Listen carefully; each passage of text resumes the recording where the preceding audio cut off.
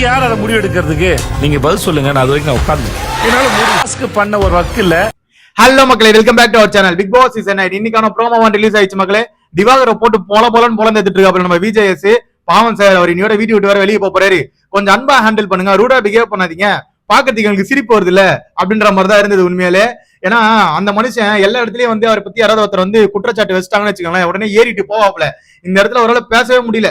அதாவது நேற்று எபிசோட்லயும் பாத்தீங்கன்னா பேசியே இருக்க மாட்டாப்ல, இன்னைக்கு எபிசோட்லயும் பேசவே இல்லை. விஜய் சேதுபதி மட்டும் பேசிட்டு இருக்காப்ல. அது எனக்கு ஆச்சரியமா இருந்தது. திவாகர் இப்ப வாயடிச்சு போய் நிக்கிறாப்புல அப்படின்ற மாதிரி. பட் ஆனா திவாகரை வச்சு செஞ்சுட்டாப்புல.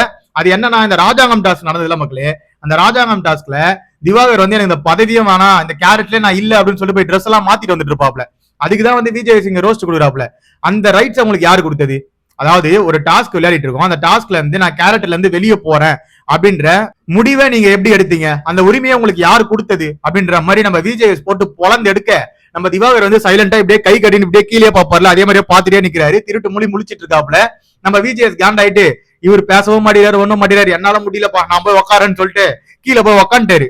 அந்த ஸ்டேஜ் இருக்குல்ல, ஸ்டேஜ்ல போய் உக்காண்டாரு. நீ பேசு, நான் கேட்கிறேன் அப்படின்ற மாதிரி போய் உக்காண்டாரு. அப்பயே திவாகர் கிட்ட இருந்து வார்த்தையே வரல. தமிழ்நாட்டுல நான் பேசின டைலாக் வந்து ரொம்ப பிரபலம். அப்புறம் தமிழ்நாட்டுல நான் பேசின டைலாக் எல்லாம் வந்து பிரபலம். கேமரா என்ன பாருங்க, நான் பேசுறேன்றீங்களா? இதெல்லாம் நாங்க கொடுத்த டாஸ்கா? நீங்களா தானே பண்ணீங்க? நீங்க இந்த மாதிரி பண்ணிட்டு இருக்கீங்களே தவிர, கேமரா பின்னாடியே சுத்திட்டு இருக்கீங்களே தவிர, நாங்க கொடுத்த டாஸ்க் பண்ண உங்களுக்கு வக்கே இல்ல அப்படின்ற மாதிரி விஜேஎஸ் போட்டாங்க. நம்ம திவாகரை செய்யும் செஞ்சுட்டு இருக்காப்ல. திவாகர் அந்த குழந்தைங்களாம் வந்து தப்பு பண்ணிட்டு கை கட்டி நடுவே நிக்கல, அம்மா எதனா பேசினா அதே மாதிரி வந்து நின்றுட்டு இருக்காப்ல. அதாவது திவாகர் வந்து தெளிவுங்க. திவாகர் வந்து எந்த இடத்துல பேசணும், எந்த இடத்துல பேச விட நல்லாவே தெரிஞ்சு வச்சிருக்காப்புல. கேமும் வந்து நல்லா புரிஞ்சுதான் ஆடுறாப்புல. திவாகருக்கு என்னதான் ஓட்டு இருந்தாலும் திவாகரை தூக்கிறதுக்கு மெயின் ரீசன் என்னன்னு பாத்தீங்கன்னா, திவாகர் நிறைய விஷயங்களை வந்து சர்ச்சையில மாட்டிருக்காப்புல வெளியே. அதனாலதான் திவாகரை தூக்குனாங்க. அதே மாதிரி நான் தான் ஆளு, மத்தவங்க எல்லாம் வந்து ஒண்ணுமே இல்ல அப்படின்ற மாதிரி பேசுவார்ல, அதுதான் மேட்ரு. அது இல்லாம அந்த ராயாபுரத்தை பத்தி பேசுறது, கானாவை பத்தி பேசுறது, இதெல்லாம் வந்து தூக்கி போட்டு அடிச்சதுனாலதான் திவாகர் எலிமினேட்டே பண்ணிருக்காங்க. அது மட்டும் இல்லாம அந்த பொண்ணுங்க மேட்ரு, அந்த பொண்ணுங்க மேட்ரு அடுத்தது வரும்னு நினைக்கிறேன். அதையும் தூக்கி போட்டு அடிச்சிருக்காருன்னு ஒரு விஷயம் வந்திருக்கு. பொறுத்திருந்து பார்ப்போம். திவாகருக்கு சரியான அடி இருக்கு. நல்ல ஃபேர்வெலா திவாகர் இருக்குன்ற என்னோட தனிப்பட்ட கருத்து மக்களே. உங்களோட கருத்துக்களை கீழே கமெண்ட் செக்ஷன்ல கமெண்ட் பண்ணுங்க, அதை பார்த்து நான் தெரிஞ்சுக்கிறேன். உங்களுக்கு டாஸ்கா கொடுத்து பண்ண சொன்னா கேமரா முன்னாடி போய் ரீல் பண்றீங்களா? இது என்ன மாதிரியான எண்ணம் அப்படின்னு சொல்லிட்டு நம்ம விஜய் அங்க புலகத்தை பார்க்க முடியுது. இங்க நீங்க நிறைய விஷயத்த நோட் பண்ணிக்கலாம். கேமரா வந்து திவாகர் வந்து போய் நிக்கும் போது கேமரா திரும்பிக்கும், புரியுதா? திவாகர் என்ன சொல்ல வராரோ அதை வந்து கேட்கவே மாட்டேது கேமரா. இந்த வாரம் ஃபுல்லா நோட் பண்ணீங்கன்னா தெரிஞ்சிருக்கும். திவாகரே ஒரு மாதிரி பேனு பாத்துருப்பாப்புல. சார் ஜூம் வைங்க சார், நான் பேசணும் சார். ஆனா கேமரா வந்து ஜூமே வைக்காது. இந்த பிரபலமான டைலாக் ஒண்ணு பேசுறேன்னு சொல்லிட்டு பேசினாப்புல. அது என்ன டைலாக் தெரியுமா?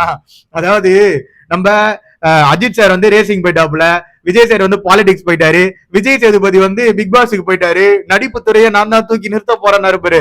அங்கதான் நம்ம விஜய் வந்து காண்டாயிட்டு இருக்காப்புல.